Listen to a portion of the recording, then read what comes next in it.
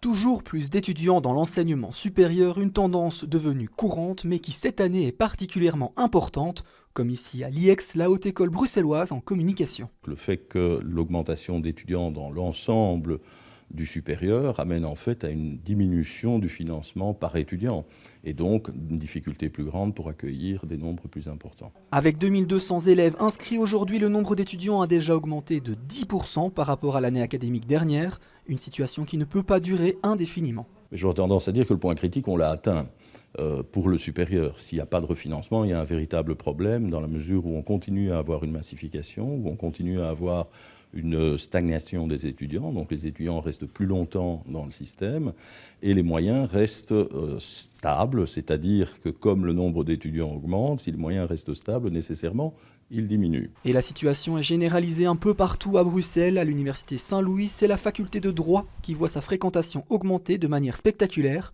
plus 17%, avec une augmentation des primo-arrivants de 10%. Et donc heureusement, depuis l'année passée, nous avons la disposition d'un nouveau bâtiment qui a permis de construire un nouvel grand auditoire de 650 places. Aujourd'hui, nous disposons de ces infrastructures-là, ce qui effectivement nous permet de faire face à l'augmentation du nombre d'étudiants. Pour justifier ce nombre toujours en hausse, le facteur démographique peut entre autres être invoqué, mais il semble plutôt qu'il n'y ait pas vraiment de véritable raison à cette augmentation soudaine du nombre d'étudiants.